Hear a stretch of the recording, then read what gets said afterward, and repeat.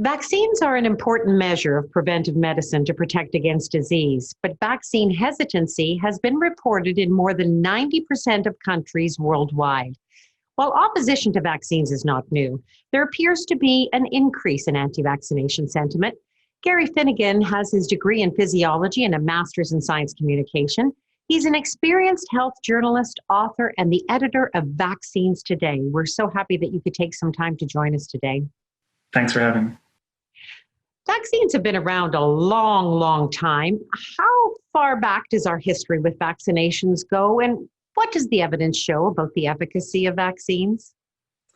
Well, the history is long, as you say. It goes back about 200 years to the late 18th century. Vaccination as we know it was developed by Edward Jenner. And then in the centuries that followed, there were various waves of technological advancement. By the mid-20th century, we had a lot of the vaccines that we have now, although new versions have come along. And in terms of effectiveness, they have helped reduce childhood illnesses in particular worldwide by remarkably high numbers. That they estimate between 2 and 3 million lives are saved by vaccines every year. However, vaccines are not perfect like any medical intervention. Some vaccines are highly effective. So the vaccine against measles, for example, protects just about everyone who has it, if you have 2 doses of it at the recommended times. But then the flu vaccine, for example, I mean, I have it every year. I'm happy when my older relatives have it, but it is not perfect when it comes to boosting older immune systems, which is a problem because it's senior citizens who are at most risk. So while it's worth having, it doesn't do as good a job in older people as it does with younger people.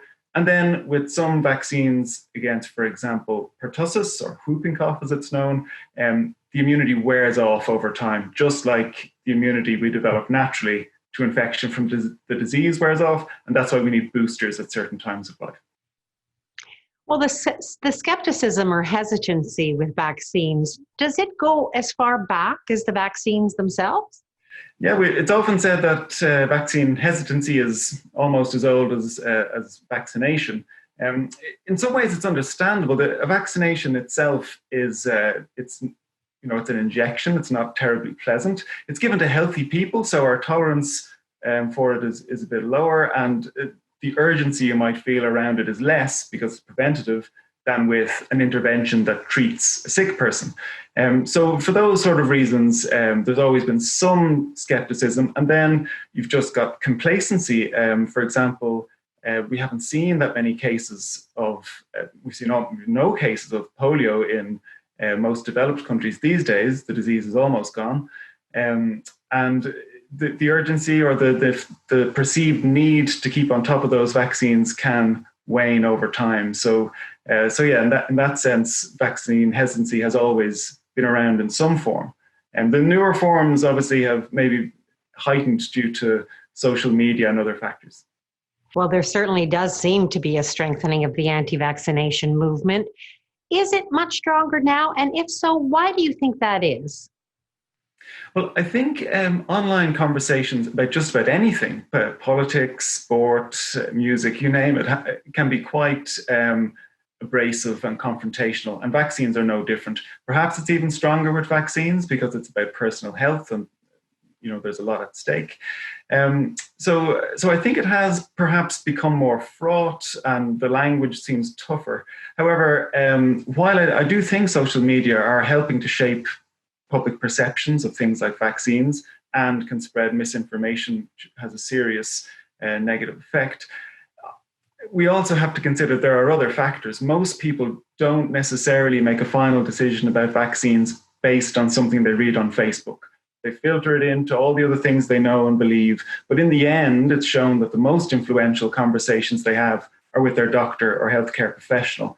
So yes, social media matters, and we should definitely be there and not leave the pitch to anti-vaccine voices. But doctors and nurses and pharmacists have a huge role to play. Well, what has been the impact of the anti-vaccination movement on vaccine rates? Do we have that data? Yeah, over time, vaccine rates can bounce up and down. That's sort of the normal ebb and flow of these things. When there's an outbreak, they go back up. Complacency is probably a bigger issue than than anti-vaccine sentiment. Vaccines are a victim of their own success because we don't see the diseases, we don't feel the need. There are examples where actual anti-vaccine campaigns have had a negative impact. If you go back just over 2 decades to an initial, now debunked story on MMR vaccine safety, this did lead to a drop-off in vaccination rates, leaving people vulnerable, and so outbreaks followed. Similar things have happened in other countries. The Philippines, for example, has a huge measles outbreak in recent years because of a drop in vaccine confidence in a new dengue vaccine. So as confidence in one vaccine dips, it can spill over into other vaccines. So it is a very complicated topic. Anti-vaccine messages definitely have an effect, but it's not always instant. Of course, right now there is an unprecedented pressure on finding a vaccine for COVID-19. What is that doing to the public's perceptions of vaccines in general? Well, I've been tracking this since, I suppose, the springtime, and my initial perception was that the arrival of the pandemic would puncture this complacency that we've been talking about. And it did do that, and I think there are fewer anti-vaccine voices, or maybe people who are not anti-vaccine but have questions, which is reasonable position to take, to be just concerned or ask questions about a medical intervention, that they maybe have taken a second thought and realized that, infectious diseases do matter. On the other hand, I'm definitely seeing much more hardline anti-vaccine voices. Those who are there have become more vocal and more extreme, and also vaccination being wrapped up in other movements. So in libertarian anti-mask movements, you find anti-vaccine voices. In conspiracy theories around 5G mobile phones, you find anti-vaccine people. So the real risk, from my perspective, is that that vaccines and your view on vaccines could get wrapped up in personal or political identity, when really everyone should vaccinate regardless of their personal opinion. Well, definitely the race is on. What are the implications of a COVID-19 vaccine that comes out too soon? I think we're at a critical turning point in the history of vaccines, but even in the history of science and in public faith in science. It really depends on what happens next. In terms of something coming too soon, I sincerely hope and believe that this is unlikely to happen, in the sense that the vaccine would be not of the required safety standards. I really don't expect that to happen. If there was, however, if there was any problem or any, an increase in anti-vaccine sentiment as a result of it, it could have a long-lasting negative effect. On the other hand, we're all looking for a vaccine to give us a route out of this pandemic. So to some degree, science could play the role of hero here, and that could have a positive knock-on effect in our trust in science and in institutions.